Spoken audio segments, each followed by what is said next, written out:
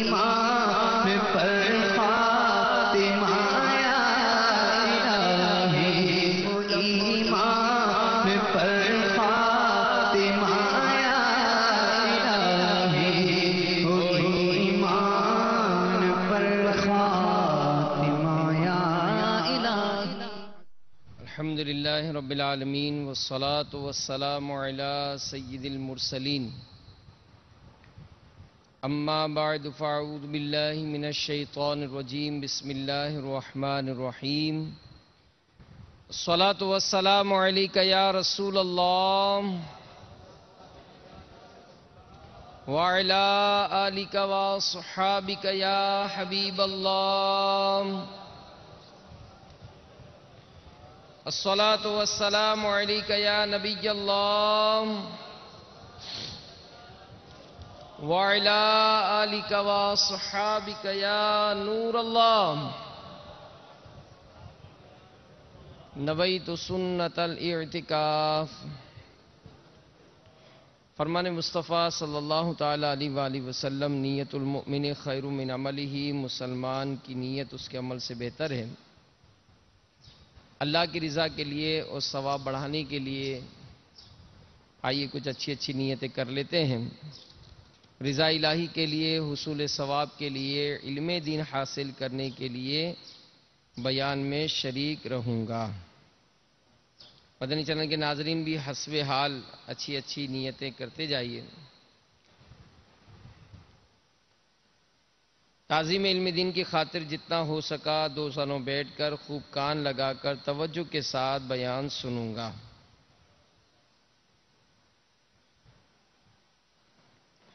جو باتیں سنوں گا اسے یاد رکھوں گا، عمل کروں گا، دوسروں تک پہنچانے کی کوشش کروں گا۔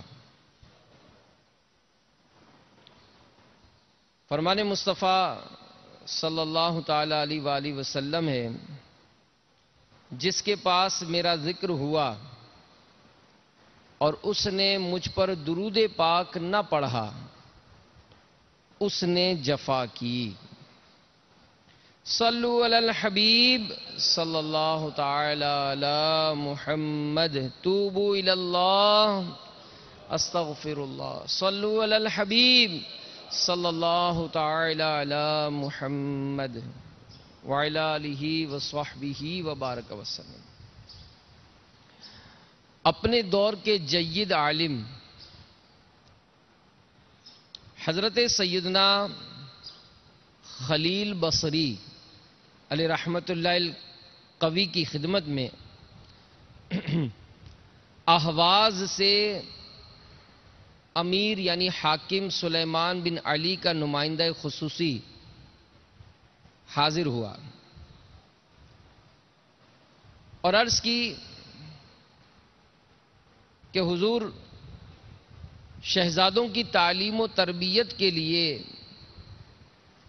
حاکم نے آپ کو دربار شاہی میں طلب فرمایا ہے کہ آپ ہمارے پاس آئیں اور ہمارے بچوں کو پڑھائیں۔ حاکم نے بلایا ہے۔ تو حضرت سیدنا خلیل بصری علیہ رحمت اللہ القوی نے سوکھی روٹی کا ٹکڑا دکھاتے ہوئے جواب ارشاد فرمایا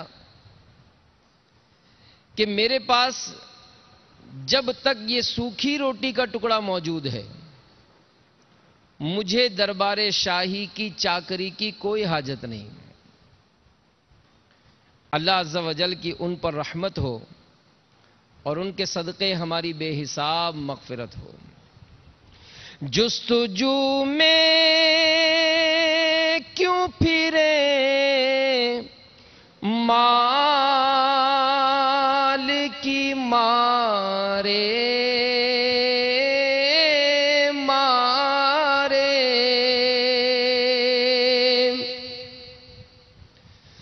جستجو میں کیوں پھرے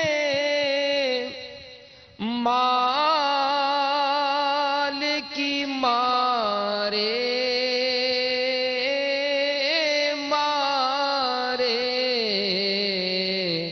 ہم تو سرکار کے ٹکڑوں پلا کرتے ہیں ہم تو سرکار کے ٹکڑوں پہ پلا کرتے ہیں۔ تو میرے میٹھے میٹھے پیارے پیارے اسلامی بھائیوں، مدنی چینل کے ناظرین، باطنی بیماریوں کے حوالے سے ہم کسی موضوع پر مدنی پھول سننے کی کوشش کرتے ہیں، سمجھنے کی کوشش کرتے ہیں۔ ابھی جو حکایت بیان ہوئی، اللہ کے نیک بندوں کا انداز ہم نے دیکھا کہ ارباب اقتدار ہوں، مالدار ہوں، ان سے عموماً دور رہنے کی ان کی سوچ ہوا کرتی تھی، کیونکہ یہ ایک بڑا عجیب و غریب موضوع ہے، میٹر ہے کہ جب کسی مالدار سے کوئی تعلق ہوتا ہے نا، تو اب ظاہر ہے اس کو راضی رکھنا ہے، تو اس کی چاپلوسی کی جاتی ہے، خوشامدیں کی جاتی ہیں، اور پھر بندہ بہت سارے گناہوں میں جو ہے وہ مبتلا ہو جاتا ہے۔ یاد رکھیے کہ یہ جو چاپلوسی ہے، جس کو خوشامد بھی کہا جاتا ہے، یہ تملق اسے علماء نے لکھا ہے۔ اس کی تعریف یہ لکھی ہے کہ اپنے سے بلند رتبہ شخصیت یا صاحب منصب کے سامنے محض مفاد حاصل کرنے کے لیے عاجزی و انکساری کرنا یا اپنے آپ کو نیچا دکھانا، یہ تملق یعنی چاپلوسی کہلاتا ہے۔ اور اللہ تبارک و تعالی قرآن پاک میں ارشاد فرماتا ہے، وَإِذَا قِيلَ لَهُمْ لَا تُفْسِدُوا فِي الْأَرْضِ قَالُوا إِنَّمَا نَحْنُ مُصْلِحُونَ۔ میرے آقا اعلی حضرت امام اہل سنت، مجدد دین و ملت، پروان شمع رسالت، امام عشق و محبت، مولانا شاہ امام احمد رضا خان علیہ رحمت الرحمان، کنز الایمان شریف میں اس کا ترجمہ کچھ یوں کرتے ہیں، اور جو ان سے کہا جائے کہ زمین میں فساد نہ کرو تو کہتے ہیں ہم تو سنوارنے والے ہیں۔ صدر الافاضل حضرت علامہ مولانا سید محمد نعیم الدین مراد آبادی علیہ رحمت اللہ الہادی خزائن العرفان میں اس آیت مبارکہ کے تحت فرماتے ہیں کہ کفار سے میل جول، ان کی خاطر دین میں مداہنت اور اہل باطل کے ساتھ تملق و چاپلوسی اور ان کی خوشی کے لیے صلح کل بن جانا اور اظہار حق سے باز رہنا، یہ شان منافق اور حرام ہے۔ اسی کو منافقین کا فساد فرمایا گیا۔ تو آج کل یہ انداز بھی لوگوں میں پایا جاتا ہے کہ جہاں گئے وہیں کے ہو گئے، جس جگہ گئے اس جگہ کے ہو گئے، اور اس کی اسلام میں ممانعت ہے، کیونکہ ظاہر و باطن کا یکساں نہ ہونا یہ بہت بڑا عیب ہے۔ احادیث مبارکہ میں بھی اس کی بڑی مذمت بیان ہوئی۔ چنانچہ حضرت سیدنا عبداللہ بن مسعود رضی اللہ تعالی عنہ سے روایت ہے کہ حضور نبی کریم رؤوف الرحیم صلی اللہ تعالی علیہ وآلہ وسلم نے ارشاد فرمایا کہ جس نے کسی غنی یعنی مالدار کے لیے عاجزی اختیار کی اور اپنے آپ کو اس کی تعظیم و مال و دولت کے لیے بچھا دیا، تو ایسے شخص کی غیرت کے 3 حصے اور اس کے دین کا 1 حصہ جاتا رہا۔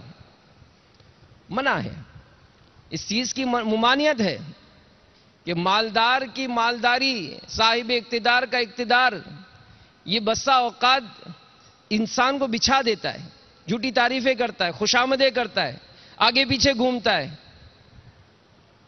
اور یہ ایک مذموم یعنی چاپلوسی، خوشامد کرنا، یہ ایک مذموم، مہلک اور غیر اخلاقی فعل ہے۔ بسا اوقات چاپلوسی اور خوشامد ہلاکت میں ڈالنے والے دیگر کئی گناہ جیسے جھوٹ، غیبت، چغلی، بدگمانی وغیرہ میں مبتلا کر دیتی ہے، جو حرام اور جہنم میں لے جانے والے کام ہیں۔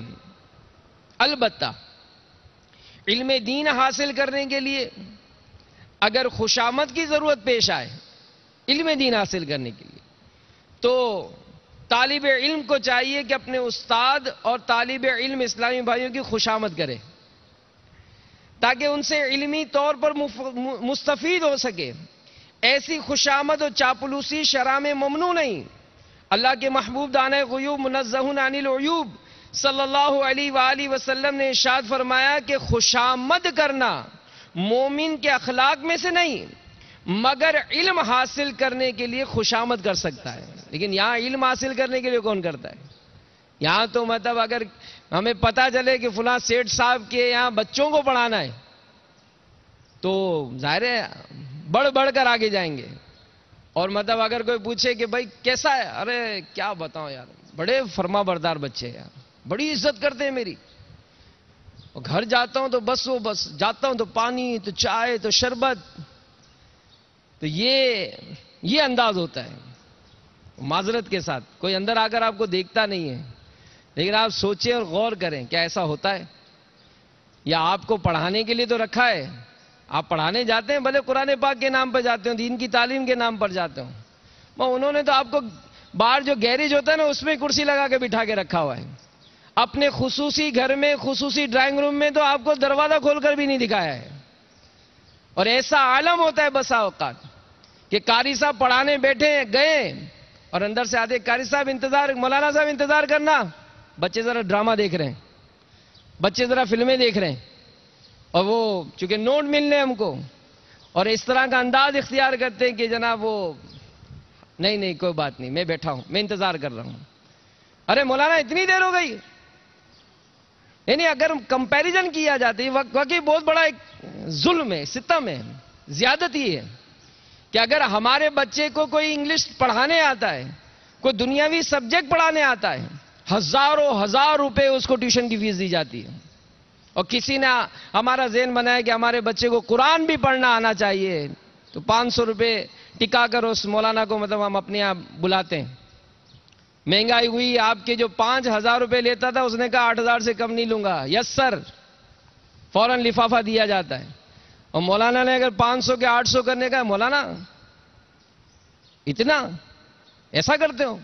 تو سوچیں، غور کریں، دینے والے بھی غور کریں اور لینے والے بھی غور کریں کہ اگر اس طرح کا انداز ہے تو یہ کیا ہے کہ جناب میرا نام ہو جائے گا کہ میں جناب فلاں ایم این اے کے یہاں پڑھاتا ہوں، میں فلاں ایم این اے سے میرے تعلقات ہیں۔ ایک عام شخص بھی غور کرے کہ اگر میں کسی کے آگے پیچھے گھوم رہا ہوں، میں کسی کی آؤ بھگت کر رہا ہوں، اس کی ماں بیمار ہوئی تو جناب اس کے لیے تیمارداریاں کا انتظام میری، ارے اپنی ماں بیمار ہے، اس کا انتقال ہو گیا، اس کے لیے کوئی خیر خبر کی بات نہیں ہے، بہنیں بیمار پڑی ہیں اس کی خیر خبر کی ہے نہیں، اور پورے جگ میں یہ منہ بولے بھائی بنے ہوئے ہیں۔ کیوں؟ یہ جناب اس کو منہ بولی ماں بنایا ہوا ہے، کیوں؟ ارے آپ کی سگی ماں بیمار ہے اس کی تو خیر خبر لے لیں، سگی بہن بیمار ہے اس کی تو خیر خبر لے لیں، پورے پڑوس میں آپ سب کے ہمدرد ہیں، اور آپ کے جو رشتہ دار آزمائش میں مبتلا ہیں ان کی ہمدردی آپ کو نہیں آتی ہے۔ کیا وجہ؟ کہ یہاں کریں گے تو ذرا میرا نام ہو جائے گا، لوگوں میں واہ واہ ہو جائے گی، لوگوں میں شہرت ہو جائے گی کہ واہ بھائی واہ، کیا بات ہے اس کی یار، اپنے گھر بار کو نہیں دیکھتا ہے، اپنے کاروبار کو نہیں دیکھتا ہے، اور اس نے اسی طرح سے کیا۔ تو اس طرح کے جو لوگ ہوتے ہیں میرے میٹھے میٹھے اسلامی بھائیوں، ان کی بڑی مذمت بیان ہوئی، اور ہمارے اسلاف کا انداز دیکھا ہم نے کہ یہ ایسے ارباب اقتدار، ایسوں سے یہ دور رہا کرتے، سوکھی روٹی کا ٹکڑا دکھا دیا ہے۔ حاکم نے بلایا کہ میرے بچوں کو پڑھانا ہے تو ٹکڑا دکھایا کہ جب تک میرے پاس یہ ٹکڑا ہے مجھے حاکم کی حاجت نہیں ہے، ہم تو سرکار کے ٹکڑوں پہ پلا کرتے ہیں۔ اور پھر اگر پیغام آ جائے کہ بھائی صدر صاحب نے، وزیر اعظم نے بلایا ہے، کیا انداز ہوگا؟ بہترین لباس نہیں ہے، کرائے پہ لے لیں گے، کسی سے مانگ لیں گے یار وہاں جانا ہے، ذرا لباس بھی اچھا ہونا چاہیے، اور عمدہ لباس پہنے، کشاں اسمبلی ہال کے روبرو پہنچ کر سب سے پہلے لائن میں کھڑے ہو جائیں گے، نہ جانے کب بلا لیا جائے۔ 10 بجے بلائے 6 بجے ہی پہنچ جائیں گے کہ 6 بجے سے لائن میں لگ جائیں گے، پہلا نمبر میرا ہے، آگے میں ہی بیٹھا ہوں۔ جب فوٹو سیشن ہو، جب کیمرہ چلے تو سب سے پہلے میری تصویر آئے کہ اوہو صدر کے سامنے بیٹھ کے بیان سن رہے تھے، فلاں وزیر کے سامنے یوں ہاتھ ملایا تھا، ہو ہمارے والد صاحب نے، ہمارے دادا نے، پتہ نہیں کتنے خاندانوں کی تصویریں گھروں میں لگا کر رکھتے ہیں کہ جناب یہ فلاں فلاں فلاں دور میں ہمارے دادا یوں تھے، اور جناب یہ فلاں وزیر سے ملے تھے، فلاں صدر سے ملے تھے۔ کیوں؟ کیا ہوتا ہے یہ؟ تو یاد رکھیے کہ اہم دینی مفاد کے لیے یا ان کے شر سے بچنے کے لیے اگر ان کے پاس جانا پڑ جائے تو اور بات ہے، جو مجبور ہے وہ معذور ہے، لیکن ایسے موقع پر بھی ظاہر ہے علماء سے ہی رہنمائی لینی پڑے گی کہ ہمیں جانا ہے تو ہم جائیں یا نہ جائیں۔ اس طرح کی کیفیت میرے میٹھے میٹھے اسلامی بھائیوں ہماری بڑی عجیب و غریب عالم ہے، اور بزرگوں نے بڑی پیاری بات لکھی ہے، یقین مانے بہت مزہ آیا یہ کال پڑھ کر۔ لکھا گیا کہ فقراء میں وہ شخص بہت برا ہے جو امیروں کے دروازے پر جائے۔ فقراء میں وہ شخص بہت برا ہے جو امیروں کے دروازے پر جائے، اور امراء میں، امیروں میں وہ شخص بڑا اچھا ہے جو فقیروں کے در پر جائے۔ تو ہم اپنی کیفیت پر غور کریں کہ ہمارا جو جانا ہے، ہمارا جو اس کو ملنا ہے، اس سے ہمارا مقصد کیا۔ تو بڑی عجیب و غریب جو ہے وہ یہ کیفیات ہوتی ہیں میرے میٹھے میٹھے و پیارے پیارے اسلامی بھائیوں۔ ہمارے پیارے آقا صلی اللہ تعالی علیہ وآلہ وسلم نے جو کچھ ارشاد فرمایا وہ ہم نے سنا کہ جو کسی غنی یعنی مالدار کی اس کی غنا یعنی مالداری کے سبب تواضع کرے، اس کا 2/3 دین جاتا رہا۔ اور اعلیٰ حضرت مولانا شاہ امام احمد رضا خان علیہ رحمت الرحمن اس حدیث پاک کے تحت فرماتے ہیں کہ مال دنیا کے لیے تواضع روبہ خدا یعنی اللہ عز و جل کی خاطر تواضع کرنا نہیں، لہذا یہ حرام ہوئی۔ اس کی وضاحت فرمائیے۔ تو ہمیں اپنے معاملات پر غور کرنا چاہیے، اور یہ کیوں ہوتا ہے، اس کے اسباب بھی لکھے گئے۔ چنانچہ یہ چاپلوسی کا مرض انسان کو کیوں پیدا ہوتا ہے، اس کا ایک سبب یہ بیان کیا گیا کہ جب انسان کی طبیعت آرام پسند ہو جائے، یعنی وہ خوشامد اور چاپلوسی اس لیے کرتا ہے کہ اس کی آؤ بھگت کروں گا، اس کی چاپلوسی کروں گا تو ذرا مجھے مال مل جائے گا، مجھے کوئی عہدہ مل جائے گا، مجھے کوئی شہرت مل جائے گی، تو یوں وہ شارٹ کٹ میں ہی سمجھو کہ فوراً آگے بڑھنا چاہتا ہے۔ تو وہ شخص جو آرام پسند ہو جائے، محنت کی عادت یکسر ختم ہو جائے، تو بندہ اپنے ذاتی مفادات کے حصول کے لیے چاپلوسی کی سیڑھی استعمال کرتا ہے۔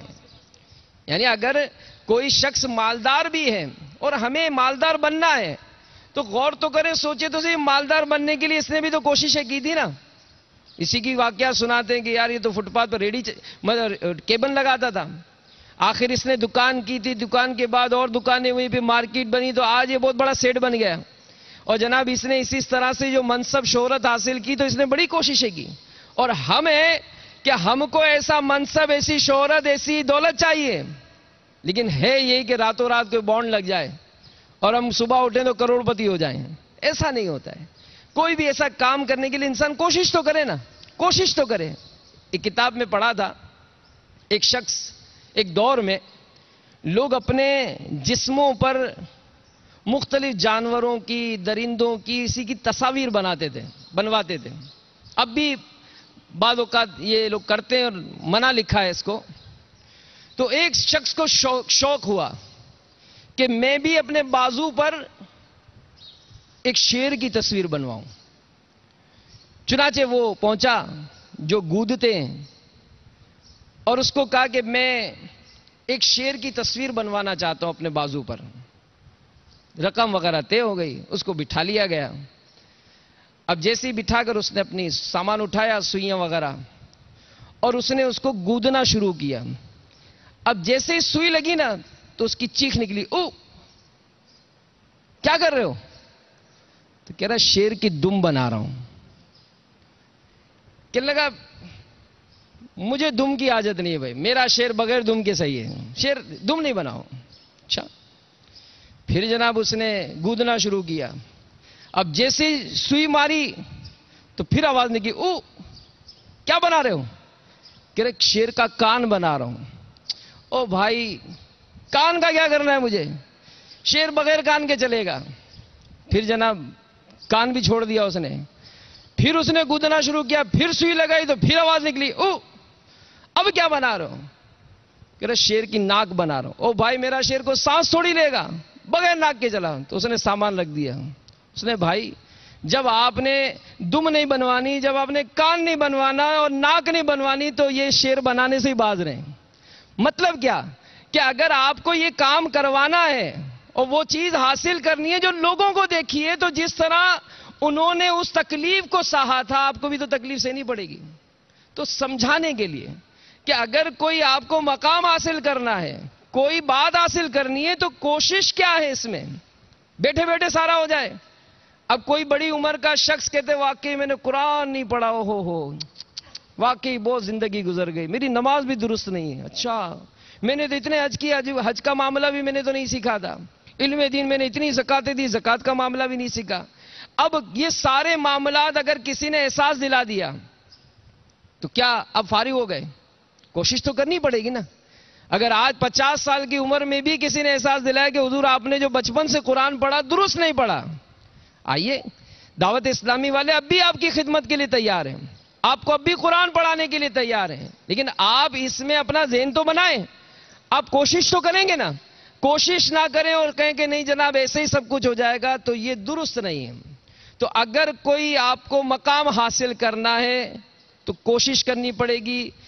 دنیاوی مفاد حاصل کرنے کے لیے, شہرت حاصل کرنے کے لیے, اگر ذاتی مفادات کے حصول کے لیے چاپلوسیاں کرتے رہیں گے, سیڑھیاں بناتے رہیں گے, تو یہ درست نہیں ہے. اس کا علاج یہی لکھا گیا کہ بندہ خود کو محنت کا عادی بنائے, تاکہ چاپلوسی کی بجائے اس کی محنت کو کامیابی کی سند سمجھا جائے. پھر دوسری بات تملق, یعنی یہی چاپلوسی کا ایک سبب شہرت کی طلب ہے. لہذا بندہ طلب شہرت کے نقصانات کو ملحوظ رکھے کہ اللہ کی بارگاہ میں میں مقبول ہو جاؤں. دنیا اگر مجھے سخی کہتی ہے اور رب کی بارگاہ میں سخی نہیں ہوں, دنیا مجھے نمازی سمجھتی ہے, میں رب کی بارگاہ میں نمازی نہیں ہوں, کیونکہ اندر کا جو حال ہے نا یہ رب جانتا ہے.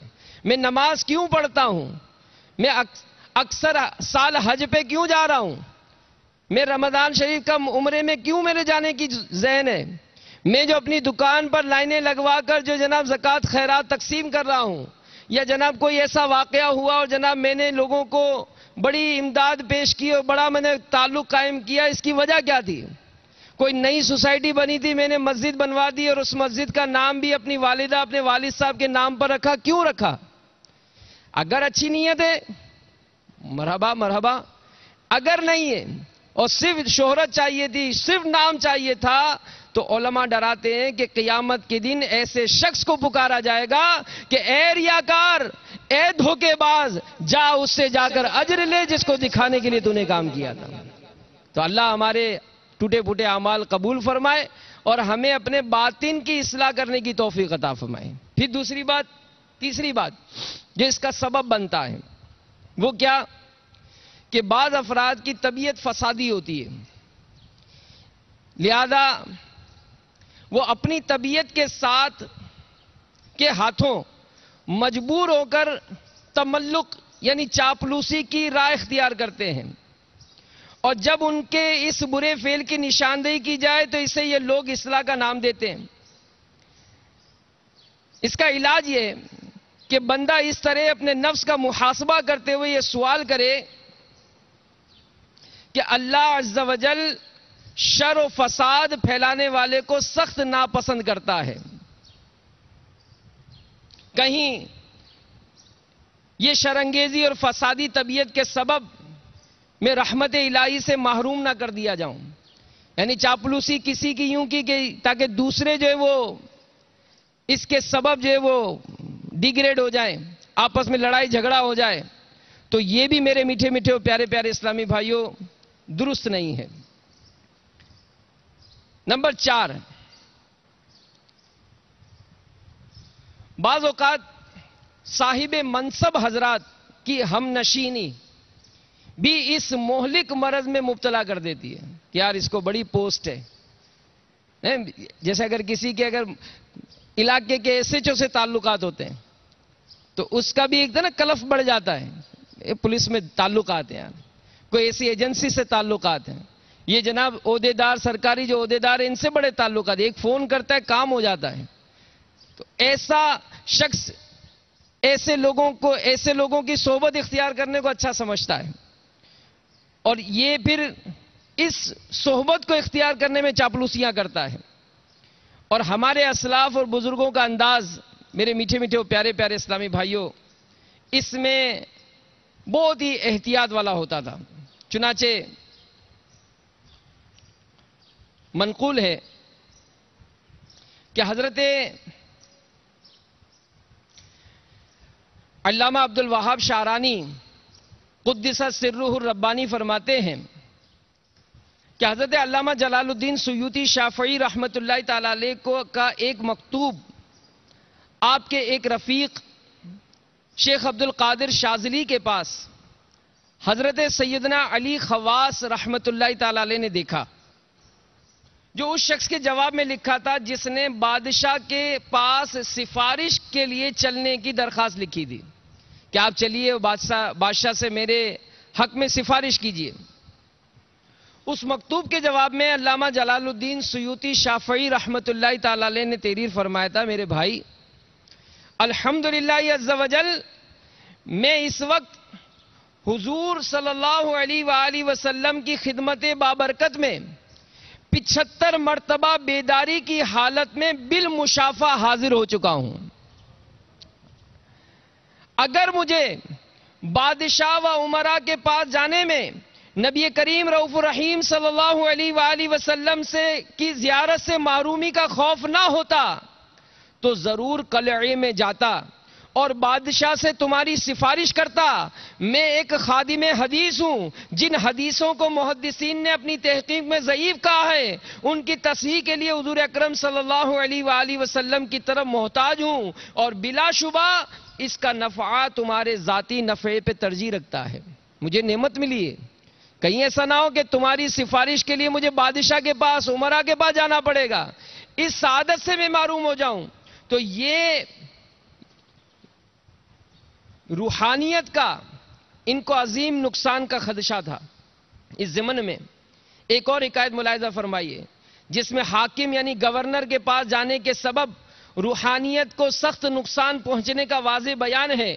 چنانچہ حضرت علامہ عبد الوہاب شعرانی قدس سرہ الربانی فرماتے ہیں حضرت سیدنا محمد بن ترین مداح رسول صلی اللہ علیہ وآلہ وسلم یعنی نعت خواں کے متعلق مشہور ہے کہ انہیں جاگتے میں حضور تاجدار مدینہ صلی اللہ علیہ وآلہ وسلم کی آمنے سامنے زیارت ہوتی تھی۔ جب وہ صبح کے وقت روضہ اطہر پر حاضر ہوتے تو سرکار علیہ الصلوۃ والسلام نے اپنی قبر انور میں سے ان سے کلام فرمایا۔ یہ نعت خوان اپنے اسی مقام پر فائز رہے، حتیٰ کہ ایک شخص نے ان سے درخواست کی کہ شہر کے حاکم کے پاس اس کی سفارش کریں۔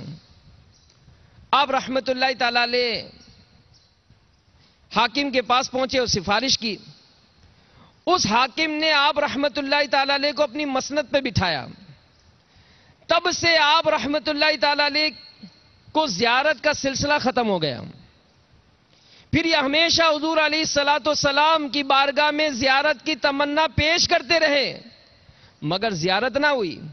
ایک مرتبہ ایک شعر عرض کیا تو دور سے زیارت ہوئی۔ حضور صلی اللہ علیہ وآلہ وسلم نے ارشاد فرمایا ظالموں کی مسند پر بیٹھنے کے ساتھ میری زیارت چاہتا ہے، اس کا کوئی راستہ نہیں۔ حضرت سیدنا علی خواص رحمت اللہ تعالی علیہ فرماتے ہیں کہ پھر ہمیں ان بزرگ کے متعلق خبر نہ ملی کہ ان کو شہنشاہ نبوت صلی اللہ علیہ وآلہ وسلم کی زیارت ہوئی یا نہیں ہوئی۔ حتیٰ کہ ان کا وصال ہو گیا. اللہ تعالیٰ کی ان پر رحمت ہو اور ان کے صدقے ہماری بے حساب مغفرت ہو. تو میٹھے میٹھے اسلامی بھائیوں، مدنی چینل کے ناظرین، جو لوگ ذاتی مفاد کی خاطر ارباب اقتدار کے پیچھے پیچھے پھرتے ہیں، کبھی کسی وزیر یا صدر وغیرہ کے موقع ملے تو اڑتے ہوئے حاضر ہو جاتے ہیں. صدر تمغہ پہنا دے یا ہاتھ ملا لے تو اس کی تصویریں آویزہ کرتے ہیں، دوسروں کو دکھاتے اور اس کو بہت بڑا اعزاز تصور کرتے ہیں. ان کے لیے ان حکایات میں بہت کچھ درس عبرت ہے کہ کس چیز کی کمی ہے مولا تیری گلی میں، کس چیز کی کمی ہے مولا تیری گلی میں، دنیا تیری گلی میں، عقبا تیری گلی میں، تخت سکندری پر وہ تھوکتے نہیں ہیں، تخت سکندری پر وہ تھوکتے نہیں ہیں، بستر لگا ہوا ہے جن کا تیری گلی میں. تو میرے میٹھے میٹھے پیارے پیارے اسلامی بھائیوں، ہم تو سرکار کے ٹکڑوں پہ پلا کرتے ہیں. تو یہ بزرگوں سے نسبت، اللہ والوں سے نسبت، یہ اس میں عافیت ہے، اس میں عافیت ہے. اور ہم نے سنا کہ یہ جو ہم نشینی کی جو خواہش ہوتی ہے، تو یہ بھی اس کو مہلک مرض کہا گیا کہ ایسے صاحب منصب حضرات کی جو صحبت کی جو ایک بیماری ہے، اگر یہ پیدا ہو جائے تو اس سے بھی یہ چاپلوسی کا مرض پیدا ہوتا ہے. تو اس کا علاج یہ ہے کہ بندہ بقدر ضرورت ہی صاحب منصب افراد سے تعلق رکھے اور بے جا معاملات سے، ملاقات سے پرہیز کرے. بعض اوقات ایسا بھی ہوتا ہے کہ بعض جو نارمل فیملی سے تعلق رکھتے ہیں وہ بڑے بڑے گھرانوں کے لڑکوں سے دوستیاں کر لیتے ہیں. اب ظاہر ہے ہر وقت انسان کھاتا پیتا نہیں ہے، کبھی خود بھی شوق ہوتا ہے کہ یار میں بھی تو اس گیدرنگ میں کچھ ملا ہوں. اب وہ جب بھی جاؤ ہزاروں روپے خرچ کر دیں تو جناب پھر انسان کہیں سے چوریاں کرنا شروع کرتا ہے. اپنا معاملہ پورا نہیں ہوتا تو ڈکیتیاں کرنا شروع کرتا ہے کہ یار میں اپنی گیدرنگ میں اپنا بھی تو اسٹیٹس بناؤں. تو اپنی گیدرنگ دیکھیں، دعوت اسلامی والوں کو دیکھ لیں کہ اللہ کی رحمت ہے، ان کو تو ایک ایسا ایک مدنی ماحول اور ایسے پیارے پیارے امیر اہل سنت ملے کہ ان کی سوچ دیکھیں کہ دعوت اسلامی میں مالدار بھی ہیں، غریب بھی ہیں، لیکن سب کو یہ سفید لباس پہننے کی ترغیب دلا دی. اب کوئی 5,000 والا سوٹ پہنے یا 1,000 والا سوٹ پہنے، دکھنے میں سب ایک ہی ہوتا ہے کہ بھائی ایک ہی سوٹ پہنا ہے. ایک اسلامی بھائی کا بیان ہے کہ وہ امیر اہل سنت سے ملاقات کے لیے تشریف لائے تو بہت ہی قیمتی گھڑی انہوں نے پہن رکھی تھی، بہت قیمتی گھڑی تھی. اب ظاہر ہے یہ بھی ایک ہوتا ہے کہ جس کی اچھی گھڑی ہو نا تو اس کی آستین بھی چڑھی ہوئی ہوتی ہے. اگر آستین بڑی ہو تو وہ کچھ حساب کتاب بناتا ہے کہ ذرا اوپر دکھے تو صحیح کہ اتنی بڑی گھڑی پہنی ہے میں نے. پوچھے تھے ارے واہ بھائی کتنے کی لی. اب یہ سارا اندر کا معاملہ ہے. ہم کسی کو دیکھ کر یہ نہیں کہیں گے یار یہ دیکھو دکھا رہا ہے، لیکن اپنے آپ سے پوچھے کہ یار یہ کیوں ایسا ہے. جیسے اگر کسی کی جان بن جاتی ہے تو کٹ شٹ نکلتے تو وہ ٹائٹ کپڑے پہنتا ہے، گریبان کھولتا ہے تاکہ دیکھے ہو واہ بھائی آج تو بڑی آج کل تو ورزش ہو رہی ہیں. یہ سب کیوں ہے؟ تو وہ گھڑی پہنے تھی انہوں نے بڑی خوبصورت سی. تو امیر اہل سنت کے پاس لائن میں لگ کر بہرحال ملاقات کے لیے آئے. تو ملاقات کے لیے آئے تو گھڑی ظاہر ہے جب ہاتھ کوئی ملاتا ہے تو گھڑی تو نظر آئے گی، تو بڑی چمک دمک تھی اس گھڑی میں. تو پاپا نے ان سے پوچھا کہ بہت قیمتی گھڑی ہے؟ تو کہا کہ ہاں. اچھا کتنے کی ہے؟ تو کہا کہ تقریباً 25,000 روپے کی. یوں اندازاً بتا رہا ہوں، اس طرح سے کوئی اچھی قیمت بتائی. اچھا. اپنی گھڑی دکھائی، وہ کالی کلر کی جو لائٹ، کوئی لائٹ ہے اس میں؟ وہ 25,000 والی گھڑی جو تھی نا اس میں لائٹ ہے اس میں؟ کہا نہیں، میری 200 والی گھڑی اس میں لائٹ بھی ہے. تو سمجھانے کے لیے اپنی گھڑی دکھائی اس میں لائٹ بھی جلتی ہے. تو وہ 200 روپے کی تقریباً اس طرح کی کم قیمت کی ہوتی ہے. تو باپا نے یہ ذہن بھی دیا. تو یہ الحمدللہ سوچ بنانے کے لیے کہ اگر اس طرح کا بسا اوقات انداز اختیار کیا جاتا ہے صرف دکھانے کے لیے کرنے کے لیے، تو پھر اس میں انسان بہت سارے مطلب وہی بات ہے کہ روحانیت کا بڑا اس میں قتل عام ہوتا ہے، بہت قتل عام ہوتا ہے کہ بالکل مار دھاڑ فساد ہوتا ہے اور وہ کسی کو خاطر میں نہیں لاتا. اگر یہی چاپلوسی کرنے والا چند ایک کے ساتھ اس کا کچھ شہرت ہو جاتی ہے، معاملہ ہو جاتا ہے، تو پھر بڑی آزمائش ہوتی ہے. پھر جہاں تک امیروں سے تعلق ہے وہی ان کے قصیدے گانا، ان کے آگے پیچھے گھومنا. میرے آقا اعلی حضرت امام اہل سنت مولانا شاہ امام احمد رضا خان علیہ رحمت الرحمن کے دور کا واقعہ ہے کہ ایک مرتبہ ریاست نان پارا یو پی ہند کے نواب کی مداح میں شعراء نے قصائد لکھے. اعلی حضرت امام اہل سنت بھی اس دور کے بڑے ماہر اور عظیم شعراء میں سے تھے. تو آپ سے بھی لوگوں نے عرض کی کہ حضور نواب صاحب کے لیے فلاں فلاں فلاں ان لوگوں نے قصیدے لکھے ہیں، آپ بھی ان کی تعریف میں کوئی قصیدہ لکھیں. تو آپ رحمت اللہ تعالی علیہ نے نواب صاحب کی تعریف میں کوئی قصیدہ تو نہ لکھا، البتہ اس گزارش کے جواب میں ایک نعت لکھی. وہ کمال حسن حضور ہے کہ گمان نقص جہاں نہیں، یہی پھول خار سے دور ہے، یہی شمع ہے کہ دھواں نہیں. اور مقطع یعنی آخری شعر میں نواب صاحب کی تعریف میں کوئی قصیدہ نہ لکھنے اور اس کے جواب میں نعت رسول مقبول لکھنے کی بہت ہی نفیس اور عشق و محبت میں ڈوبی ہوئی وجہ یوں بیان کی کہ کرہوں مدح اہل دول رضا، پڑے اس بلا میں میری بلا، میں گدا ہوں اپنے کریم کا، میرا دین پارے نہ نہیں. کہ اعلی حضرت رحمت اللہ تعالی نے اس شعر میں یوں فرمایا کہ اے رضا، میں اور دولت مند دنیا کے نوابوں اور حکمرانوں کی تعریف اور خوشامد کروں؟ نہیں نہیں، اس بلا یعنی مالداروں کی خوشامد نما آفت و بلا میں تو بس میری بلا ہی پڑے، یعنی مجھ سے تو ایسا ہو ہی نہیں سکتا. بس میں تو اپنے رسول کریم صلی اللہ علیہ وآلہ وسلم کے دربار کا بھکاری ہوں. میرا دین روٹی کا ٹکڑا نہیں کہ جدھر مال دیکھا ادھر لڑک گئے، یہ نہیں ہے. تو ہم اپنے معاملات پر غور کریں کہ میرا اگر کسی سے کوئی تعلق ہے، میرا کوئی رشتہ ہے، میرا کوئی معاملہ ہے، اس کی وجہ کیا ہے. اور پھر یہ جو امراض پیدا ہوتے ہیں اس کی بہت ساری نحوستیں. ایک یہ بھی کہ اس کے سبب یعنی اگر چاپلوسی کا مرض پیدا ہو تو اس کے سبب دوسروں کو اذیت دینے اور نقصان پہنچانے کی غرض سے کسی تملق یعنی چاپلوسی کا حربہ استعمال کیا جاتا ہے کہ بس کسی طرح اس شخص کو میں نقصان پہنچا دوں، اس شخص کو میں نیچا دکھا دوں، اس کے لیے وہ کسی کی خوشامدیں کر کے اس کے اوپر کوئی جھوٹا کیس کرانا ہو یا اس کو کسی مالدار کے ذریعے دبانا ہو، اس طرح سے اس کو اذیت دینا ہو. تو یہ بھی ایک برا مرض ہے. اور اس کا علاج یہ فرمایا گیا کہ اپنے اندر خیر خواہی کا جذبہ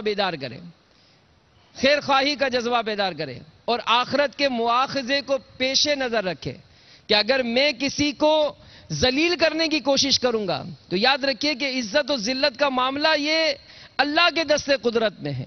میرے چاہنے سے کسی کی عزت بڑھ نہیں جائے گی، میرے چاہنے سے کسی کی عزت گھٹ نہیں جائے گی. اس کو عزت دی کس نے؟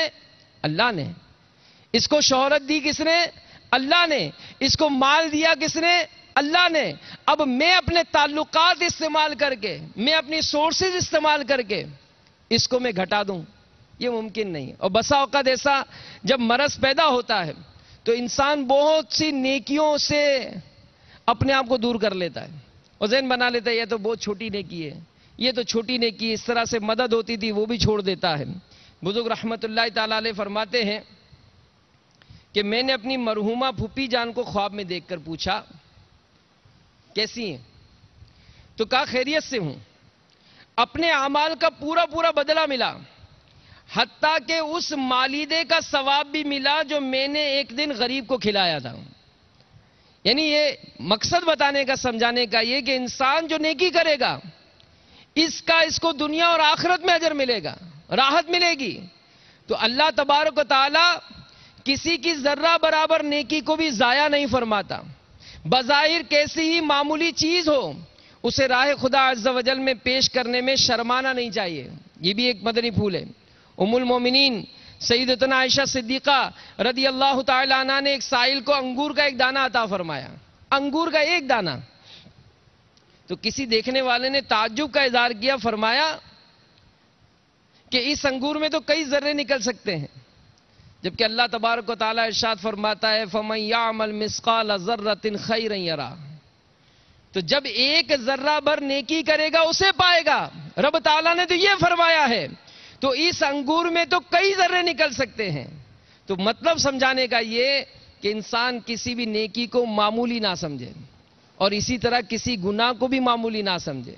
ہو سکتا ہے کہ کسی کی دل آزاری، کسی کو نیچا دکھانا، کسی کے لیے اس طرح کی کوششیں کرنا، یہ ہماری آخرت کو برباد کر دے، اور بالخصوص ان باطنی امراض کی نشاندہی کے ساتھ ساتھ جو اہم ترین مدنی پھول ہے وہ یہ کہ ان گناہوں کے سبب بندے کا ایمان ضائع ہو جاتا ہے۔ تو اس مرض کو جانیں، اس کے علاج کی کوششیں کریں۔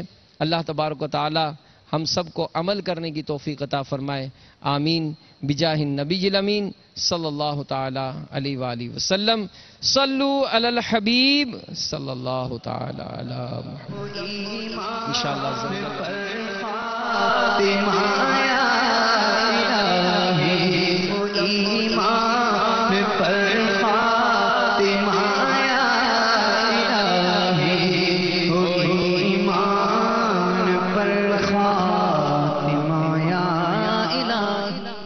ہماری حیات کا ہر لمحہ انتہائی قیمتی ہے۔ تمام مصروفیات اپنی جگہ، مگر خود کو یاد الہی عز و جل سے غافل نہ ہونے دیں۔ ہر گزرتے وقت کو بنا لیجئے اپنے نیک اعمال کا حصہ۔ الحمدللہ عز و جل مدنی چینل دے رہا ہے عاشقان رسول کو ہر آن نیکیوں میں مشغول رہنے کا ہنر۔ ابھی اسی وقت اپنے موبائل نیٹ ورک سے ملائیے وارد کے صارفین 3030، ٹیلی نور کے صارفین 7879، موبی لنک کے صارفین 30306، یو فون کے صارفین 7774، اور سنیے مدنی چینل کی 12 گھنٹے کی مکمل نشریات ہر لمحہ ہر پل۔ اب سنتے رہیے مدنی چینل۔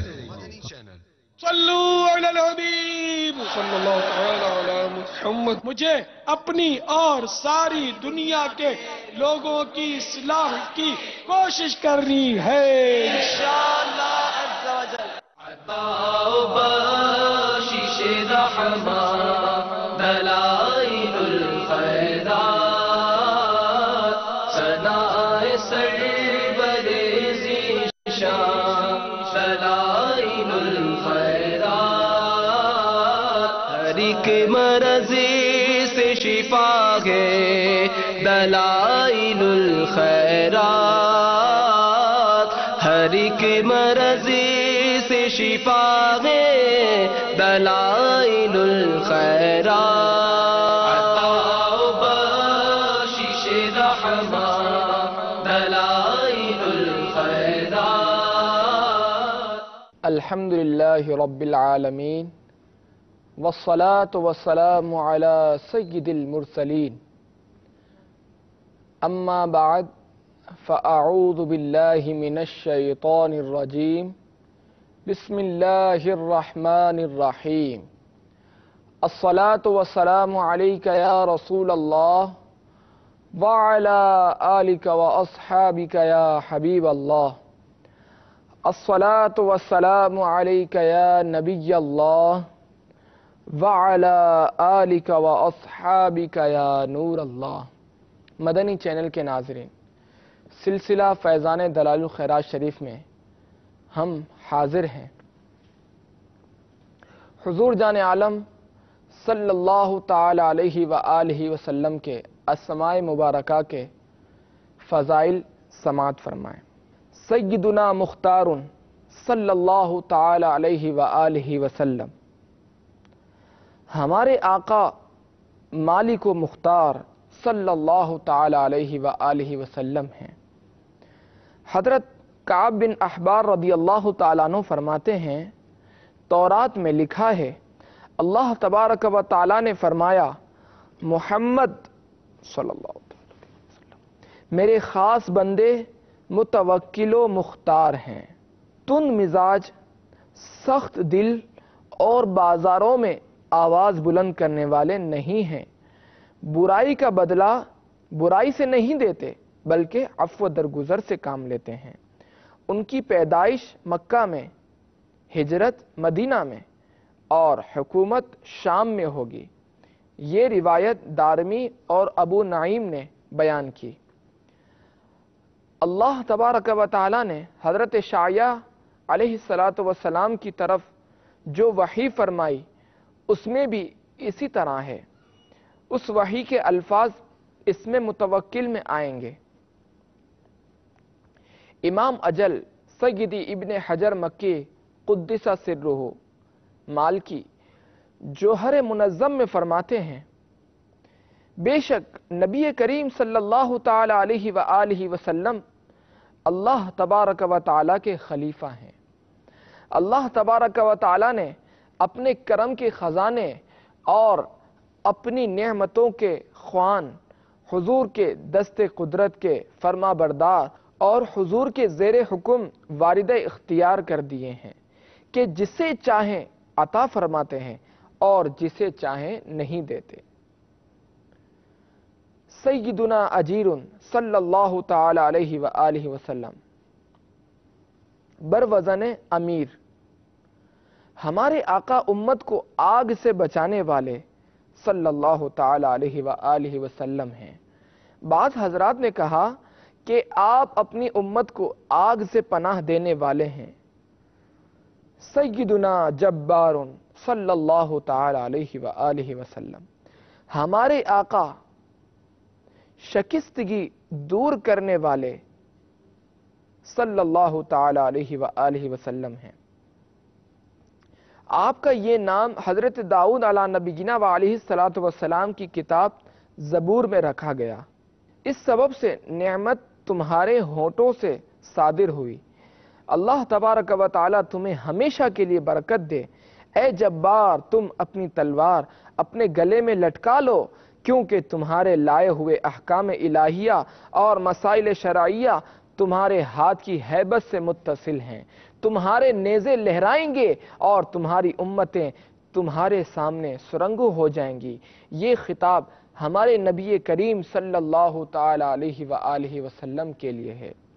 اللہ تبارک و تعالی کے علم حضوری میں مستحق ہونے کے سبب مولا کریم نے آپ کو منزلہ موجود میں رکھا، بلکہ آپ کا نور فی الواقع تمام اشیاء سے پہلے موجود تھا۔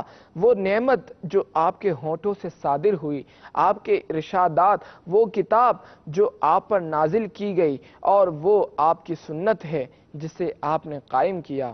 زبور کے بعض الفاظ کا مطلب ناموس سے مراد صاحب، سریہ، سرخیر یا حضرت جبرائیل امین علیہ السلام ہیں۔ ہیبہ یمینی ہی سے مراد بطور کنایہ آپ کی تلوار کا خوف ہے، یا نبی کریم صلی اللہ تعالی علیہ وآلہ وسلم کے حق میں جبارن کے چند مطلب ہو سکتے ہیں۔ نمبر 1، آپ نے ہدایت و تعلیم سے امت کی اصلاح فرمائی۔ نمبر 2، یا اپنے دشمنوں کو مغلوب فرمایا۔ نمبر 3، یا آپ کا مقام تمام انسانوں سے بلند اور مرتبہ نہایت رفیع ہے۔ نمبر 4، یا راہ خداوندی میں جہاد فرمانے والے۔ نمبر 5، یا آپ نے حقانیت اور اخلاق کی تلوار سے مخلوق کو حق پر قائم فرمایا اور خوب تدبیر سے کفر سے روکا۔ حضرت قاضی عیاض رحمۃ اللہ تعالی علیہ فرماتے ہیں، اللہ تبارک و تعالی نے آپ سے تکبر والی جبریت کی نفی کی اور فرمایا وما انت علیہم بجبار، اے حبیب اور کچھ تم ان پر جبر کرنے والے نہیں۔ بعض روایت میں اجیرن اور جبارن کی جگہ اخیرن اور خیارن، آخری اور بہترین ہے۔ سیدنا ابو القاسم صلی اللہ تعالی علیہ وآلہ وسلم، ہمارے آقا حضرت قاسم کے والد صلی اللہ تعالی علیہ وآلہ وسلم ہیں۔ یہ کنیت متعدد احادیث صحیحہ سے ثابت ہے۔ سیدنا ابو الطاہری، سیدنا ابو الطیبی صلی اللہ تعالی علیہ وآلہ وسلم، ہمارے آقا حضرت طاہر کے، حضرت طیب کے والد صلی اللہ تعالی علیہ وآلہ وسلم ہیں۔ ان دو کنیتوں کو متعدد حضرات نے آپ کے اسماء میں شمار کیا۔ سیدنا ابو ابراہیم صلی اللہ تعالی علیہ وآلہ وسلم، ہمارے آقا حضرت ابراہیم کے والد صلی اللہ تعالی علیہ وآلہ وسلم میں حدیث شریف میں ہے کہ حضرت جبریل امین علیہ السلام نے آپ کو اس کنیت سے بلایا۔ یہ 4 کنیتیں آپ کے 3 یا 4 صاحبزادوں کی نسبت سے ہیں۔ اس میں اختلاف ہے کہ طیب اور طاہر آپ کے ایک صاحبزادے حضرت عبداللہ کے نام ہیں۔ ان کی ولادت اسلام میں ہوئی، اس لیے ان کا نام طیب اور طاہر رکھا گیا۔ یہی قول صحیح ہے، یا یہ 2 صاحبزادوں کے نام ہیں، ایک کا نام طاہر اور دوسرے کا نام طیب ہے، رضی اللہ تعالی عنہما۔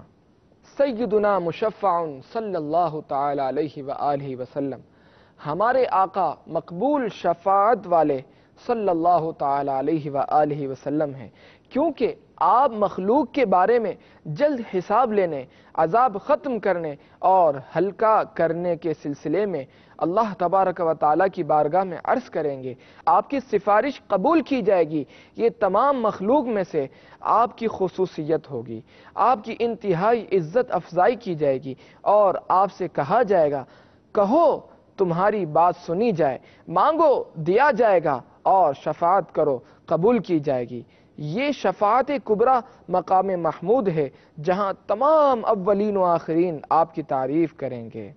ابو نعیم عبداللہ بن عباس رضی اللہ تعالیٰ عنہما سے راوی، حضور سید المرسلین صلی اللہ تعالیٰ علیہ وآلہ وسلم فرماتے ہیں، میں جن و انس اور ہر سرخ سیاہ کی طرف رسول بھیجا گیا، اور سب انبیاء سے الگ میرے ہی لیے غنیمت حلال کی گئیں، اور میرے لیے ساری زمین پاک کرنے والی اور مسجد ٹھہری، اور میرے آگے 1 مہینہ راہ تک رعب سے میری مدد کی گئی، اور مجھے سورہ بقرہ کی آخری آیات خزانہ عرش سے عطا ہوئیں۔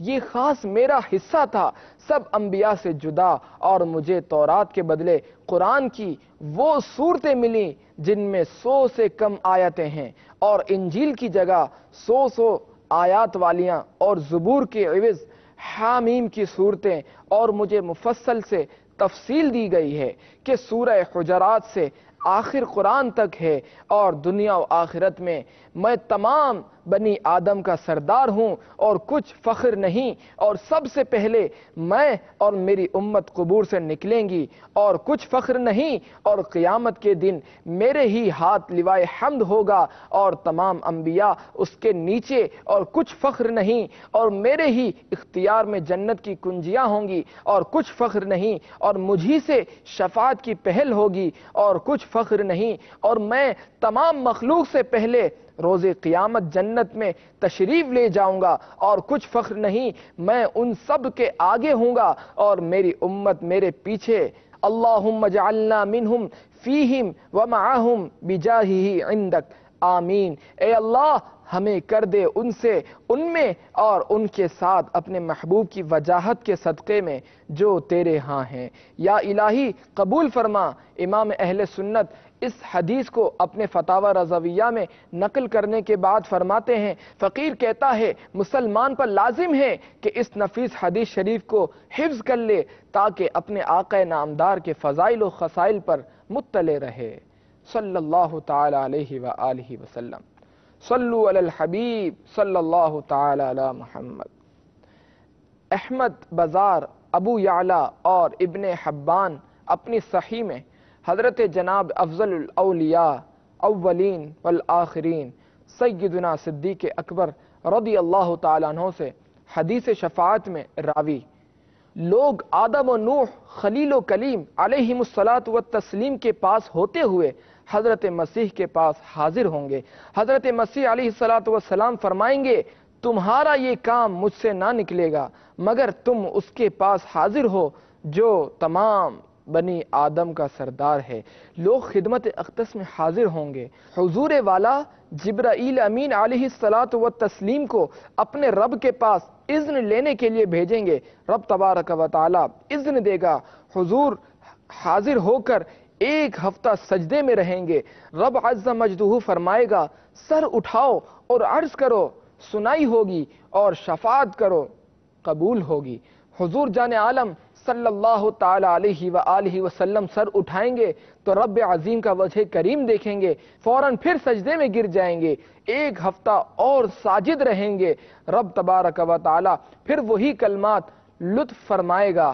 حضور جان عالم صلی اللہ تعالی علیہ وآلہ وسلم سر مبارک اٹھائیں گے، پھر 3 بار قصداً سجدہ فرمائیں گے۔ جبرائیل امین حضور جان عالم صلی اللہ تعالی علیہ وآلہ وسلم کے بازو تھام کر روک لیں گے۔ اس وقت حضور جان عالم صلی اللہ تعالی علیہ وآلہ وسلم اپنے رب کریم سبحانہ سے عرض کریں گے، اے میرے پروردگار، تو نے مجھے سردار بنی آدم کیا اور مجھے فخر نہیں۔ ابو یعلا عبداللہ بن عباس رضی اللہ تعالیٰ عنہما سے راوی حضور جان عالم صلی اللہ تعالی علیہ وآلہ وسلم فرماتے ہیں، ہر نبی کے واسطے ایک دعا تھی کہ وہ دنیا میں کر چکا اور میں نے اپنی دعا روز قیامت کے لیے چھپا رکھی ہے، وہ شفاعت ہے میری امت کے لیے، اور میں قیامت میں اولاد آدم کا سردار ہوں اور کچھ فخر مقصود نہیں، اور اول میں مرقد اطہر سے اٹھوں گا اور کچھ فخر منظور نہیں، اور میرے ہی ہاتھ میں لواء الحمد ہوگا اور کچھ افتخار نہیں۔ آدم اور ان کے بعد جتنے ہیں سب میرے زیر نشان ہوں گے اور کچھ تفاخر نہیں۔ جب اللہ تبارک و تعالی خلق میں فیصلہ کرنا چاہے گا، ایک منادی پکارے گا، کہاں ہیں احمد اور ان کی امت؟ تو ہم ہی آخر ہیں اور ہم ہی اول ہیں، ہم سب امتوں سے زمانے میں پیچھے اور حساب میں پہلے۔ تمام امتیں ہمارے لیے راستہ دیں گی، ہم چلیں گے اثر و وضو سے، رخشندہ رخ و تابندہ اعضاء، سب امتیں کہیں گی قریب تھا کہ یہ امت تو ساری کی ساری انبیاء ہو جائے۔ کثیر بن مراح حضرمی رضی اللہ تعالیٰ عنہ سے راوی قال قال رسول اللہ صلی اللہ تعالی علیہ وآلہ وسلم، حضور جان عالم صلی اللہ تعالی علیہ وآلہ وسلم نے فرمایا، صالح علیہ السلام کے لیے ناقہ سمود اٹھایا جائے گا کہ وہ اپنی قبر سے اس پر سوار ہو کر میدان محشر میں آئیں گے۔ اس پر سیدی اعلیٰ حضرت رحمت اللہ تعالی علیہ فرماتے ہیں کہ فقیر کہتا ہے، عشاق کی عادت ہے کہ جب کسی جمیل باعزت کی کوئی خوبی سنتے ہیں فوراً ان کی نظر اپنے محبوب کی طرف جاتی ہے کہ اس کے مقابل اس کے لیے کیا ہے۔ اسی بنا پر معاذ بن جبل رضی اللہ تعالیٰ عنہ نے عرض کی، اور یا رسول اللہ، حضور اپنے ناقہ مقدسہ عدبہ پر سوار ہوں گے؟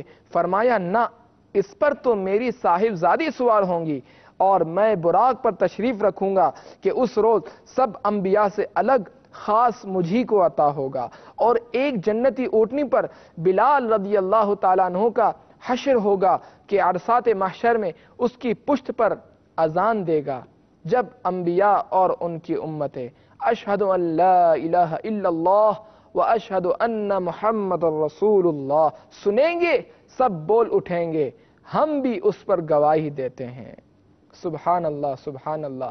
جب تمام مخلوق الہی اولین و آخرین یک ہو جائیں گے، ایک ہو جائیں گے، اس وقت بھی ہمارے آقا نامدار صلی اللہ تعالی علیہ وآلہ وسلم کے نام پاک کی دہائی پھرے گی۔ الحمدللہ اس دن کھل جائے گا کہ ہمارے حضور نبی الانبیاء ہیں۔ اس دن موافق و مخالف پر روشن ہو جائے گا کہ مالک یوم الدین ایک اللہ ہے اور اس کی نیابت سے محمد رسول اللہ صلی اللہ تعالی علیہ وآلہ وسلم ہیں۔ صلو علی الحبیب صلی اللہ تعالی علی محمد۔ سیدنا شفیع صلی اللہ تعالی علیہ وآلہ وسلم، ہمارے آقا شفاعت فرمانے والے صلی اللہ تعالی علیہ وآلہ وسلم ہیں۔ اس کا معنی ہے مخلوق کی سفارش فرمانے والے، اس میں شافع کی نسبت مبالغہ ہے، یہ دونوں شفاعت سے مشتق ہیں، جس کا معنی ہے حاجت روائی کا وسیلہ بننا۔ میرے آقا سیدی اعلیٰ حضرت کیا خوب فرماتے ہیں، کیا ہی ذوق افزا شفاعت ہے تمہاری واہ واہ، قرض لیتی ہے گناہ پرہیزگاری واہ واہ، یعنی واہ واہ قربان جاؤں اے میرے شفاعت والے آقا صلی اللہ تعالی علیہ وآلہ وسلم، آپ کی بابرکت شفاعت کی تو بات ہی کیا، اس قدر ذوق و شوق، لذت و سرور میں اضافہ کر رہی ہے کہ پرہیزگاری بھی کچھ گناہ کسی گناہ گار سے قرض لینے چل پڑی ہے۔ یعنی جب متقی پرہیزگار لوگ قیامت والے دن حضور جان عالم صلی اللہ تعالی علیہ وآلہ وسلم کو گناہ گاروں کی شفاعت کرتا دیکھیں گے تو تمنا کریں گے کہ بجائے اپنی پرہیزگاری سے جنت میں جانے کے اچھا ہوتا کہ حضور کی شفاعت سے جنت میں جاتے۔ سبحان اللہ۔ امام بوصیری رحمت اللہ تعالی علیہ قصیدہ بردہ شریف میں فرماتے ہیں هو الحبیب الذی ترجى شفاعته لكل حول من الاحوال مقتحم۔ میرے آقا سیدی اعلیٰ حضرت فرماتے ہیں پیش حق مژدہ شفاعت کا سناتے جائیں گے، آپ روتے جائیں گے، ہم کو ہنساتے جائیں گے۔ بروز قیامت ہمارے پیارے آقا صلی اللہ تعالی علیہ وآلہ وسلم خدا کی بارگاہ میں شفاعت کا مژدہ جاں فضا خوشخبری سنائیں گے، ڈرے ہوئے دلوں کو سکون آ جائے گا۔ پھر جب امت سوئے جنت رواں ہوگی تو منظر یہ ہوگا حضور خود روتے ہوں گے اس نعمت شفاعت کبریٰ ملنے پر، اور امت کی بخشش پر خوشی کا رونا یہ اللہ تبارک و تعالیٰ کی بارگاہ میں اذن شفاعت کے لیے اللہ کو راضی کرنے کے لیے رونا، اور امت ہنستی ہوئی جنت کی طرف رواں دواں ہوگی۔ صلو علی الحبیب صلی اللہ تعالی علی محمد۔ سیدنا صالح صلی اللہ تعالی علیہ وآلہ وسلم ہمارے آقا صالح اور نیک ہیں صلی اللہ تعالی علیہ وآلہ وسلم۔ اس سے مراد وہ ہستی ہیں جو تمام موجودات کی قید سے آزاد ہو کر بارگاہ الہی کے لائق ہو۔ اس آزادی کے مختلف مراتب ہیں۔ جو شخص جس قدر آزاد ہوگا اس میں اتنی ہی صلاحیت پائی جائے گی۔ نبی اکرم صلی اللہ تعالی علیہ وآلہ وسلم کی بے نیازی کی عظمت کی کوئی انتہا نہیں ہے، لہٰذا آپ کی صلاحیت تک کسی کی رسائی نہیں اور نہ ہی کوئی اس کا تصور کر سکتا ہے۔ صلو علی الحبیب صلی اللہ تعالی علی محمد۔ سیدنا مصلح صلی اللہ تعالی علیہ وآلہ وسلم ہمارے پیارے آقا صلی اللہ تعالی علیہ وآلہ وسلم اصلاح فرمانے والے ہیں۔ آپ مخلوق کے مصلح اعظم ہیں۔ آپ نے دنیا و آخرت کی بھلائیوں کی طرف ان کی رہنمائی فرمائی، ان کے ظاہر و باطن کو آراستہ فرمایا، ان کی عادتوں کو پاکیزگی عطا کی اور ان کے اختلافات مٹائے۔ بعض قدیم پتھروں پر لکھا ہوا ملا محمد تقی مصلح و سید امین۔ حضرت محمد مصطفیٰ صلی اللہ تعالی علیہ وآلہ وسلم پے کرے تقوی مصلح اعظم سردار اور امین ہیں۔ بعض حضرات نے یہ وجہ بیان کی کہ آپ نے انسانوں کے دلوں کو محبت آشنا کیا اور ان کے دلوں میں پائے جانے والے کینوں کو دور فرمایا، جیسے کہ عرب و عجم اور عرب کے قبیلوں میں پائے جاتے تھے۔ ارشاد باری تبارک و تعالی ہے وَاذْكُرُوا نِعْمَةَ اللَّهِ عَلَيْكُمْ اِذْ كُنْتُمْ أَعْدَاءً فَأَلَّفَ بَيْنَ قُلُوبِكُمْ، اور اللہ کا احسان اپنے اوپر یاد کرو، جب تم میں بیر تھا اس نے تمہارے دلوں میں ملاپ کر دیا۔ اسلام کی بدولت عداوت دور ہو کر آپس میں دینی محبت پیدا ہوئی، حتیٰ کہ اوس اور خزرج کی وہ مشہور لڑائی جو 120 سال تک جاری تھی اور اس کے سبب رات دن قتل و غارت کی گرم بازاری رہتی تھی، سید عالم صلی اللہ تعالی علیہ وآلہ وسلم کے ذریعے اللہ تبارک و تعالی نے مٹا دی اور جنگ کی آگ ٹھنڈی کر دی اور جنگجو قبیلوں میں الفت و محبت کے جذبات پیدا کر دیے۔ صلو علی الحبیب صلی اللہ تعالی علی محمد۔ سیدنا مہیمن صلی اللہ تعالی علیہ وآلہ وسلم ہمارے آقا و مولا صلی اللہ تعالی علیہ وآلہ وسلم نگہبان ہیں۔ آپ کے چچا حضرت عباس رضی اللہ تعالیٰ عنہ نے آپ کو اپنے مشہور شعر میں اس نام سے یاد فرمایا حتی احتوى بیتک المہیمن من خندف علیاء تحتہن نطق، یہاں تک کہ اے مہیمن آپ کا کاشانہ اقدس اس عظیم شرافت پر مشتمل ہوا کہ گویائی کی اس تک رسائی نہیں۔ بعض حضرات نے کہا ان کی مراد ہے یا ایھا المہیمن، اے نگہبان، اگر یہ مطلب نہ ہو تو یہ نبی اکرم صلی اللہ تعالی علیہ وآلہ وسلم کا اسم نہ ہوگا۔ بعض علماء نے کہا ان کی مراد یہ ہے کہ آپ کا گھر جو آپ کی شرافت کا گواہ ہے، مہیمن بیت کی صفت ہے، یا یہ مطلب ہے کہ آپ کا گھر آپ کی اس شرافت پر مشتمل ہے جو آپ کی فضیلت کی گواہ ہے۔ ارشاد باری تبارک و تعالی ہے وَأَنزَلْنَا إِلَيْكَ الْكِتَابَ بِالْحَقِّ مُصَدِّقًا لِمَا بَيْنَ يَدَيْهِ مِنَ الْكِتَابِ وَمُهَيْمِنًا عَلَيْهِ، اور اے محبوب ہم نے تمہاری طرف سچی کتاب اتاری، اگلی کتابوں کی تصدیق فرماتی اور ان پر محافظ گواہ۔ تو قرآن میں اس جگہ مہیمن کا معنی گواہ ہے۔ نبی اکرم صلی اللہ تعالی علیہ وآلہ وسلم کے حق میں اس کا معنی ہے گواہ اور مخلوق کا نگران۔ صلو علی الحبیب صلی اللہ تعالی علی محمد۔ اللہ تبارک و تعالی سے دعا ہے کہ ہمیں حضور جان عالم صلی اللہ تعالی علیہ وآلہ وسلم سے سچی پکی محبت عطا فرمائے اور دلائل الخیرات شریف کا روزانہ پابندی کے ساتھ ورد کرنے کی توفیق عطا فرمائے، اور حضور جان عالم صلی اللہ تعالی علیہ وآلہ وسلم کے اسماء مبارکہ کے فیوز و برکات عطا فرمائے، اور آپ صلی اللہ تعالی علیہ وآلہ وسلم کی شفاعت سے مالا مال فرمائے۔ آمین آمین بجاہ النبی الامین صلی اللہ تعالی علیہ وآلہ وسلم۔ بخشش رحمت دلائل الخیرات ثنائے سرور ذیشان دلائل الخیرات ہر ایک مرض سے شفا ہے دلائل الخیرات ہر ایک مرض سے شفا ہے دلائل الخیرات عطا و بخشش رحمت دلائل الخیرات لوٹنے رحمتیں قافلے میں چلو پاؤ گے رحمتیں قافلے میں چلو۔ آپ کو بھی مشورہ دوں گا کہ آپ بھی ایسا کوشش فرمائیں کہ ہر مہینے پہلے جمعے یا دوسرے جمعے آپ بھی سفر کیا کریں۔ یہ دعائے عطار ہر ماہ اپنے 3 دن مدنی قافلے کی تاریخ مقرر کرنے والے کے لیے دعائے عطار۔ یا اللہ عز و جل مدنی قافلے کے لیے جو ہر ماہ ایک تاریخ مقرر کر لے اور اس تاریخ کے مطابق سفر بھی کرتا رہے، اس کو دونوں جہانوں کی بھلائیوں سے مالا مال فرما اور بار بار میٹھا مدینہ دکھا۔